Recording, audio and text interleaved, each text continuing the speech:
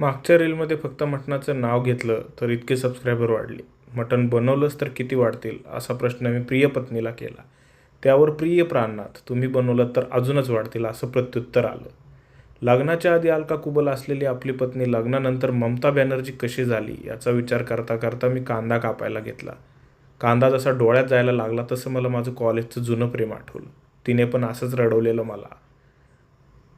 माझी रडकी प्रेम कहाणी ऐकून कांदा वैतागला आणि त्याने गरम तेलात उडी मारली. त्या पाठोपाठ मला नराधमा म्हणत लसूण्यानेही तेलात उडी घेतली. कदाचित लसणाचं कांद्यावर वन सायडेड प्रेम असावं. मसाल्यांनी मात्र कसलीच तक्रार केली नाही.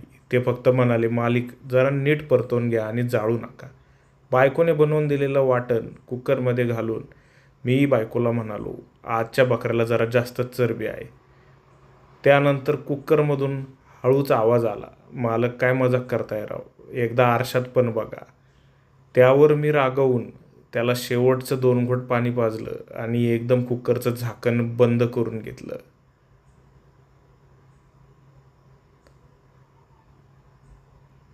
त्यानंतर थोड्या वेळाने मस्त बनलेला बकरा, त्यामध्ये मटण मसाला टाकून थोडीशी कोथिंबीर घातली. काहीही म्हणा, जास्त बोलणारा बकरा चवीला मात्र खूप छान होता.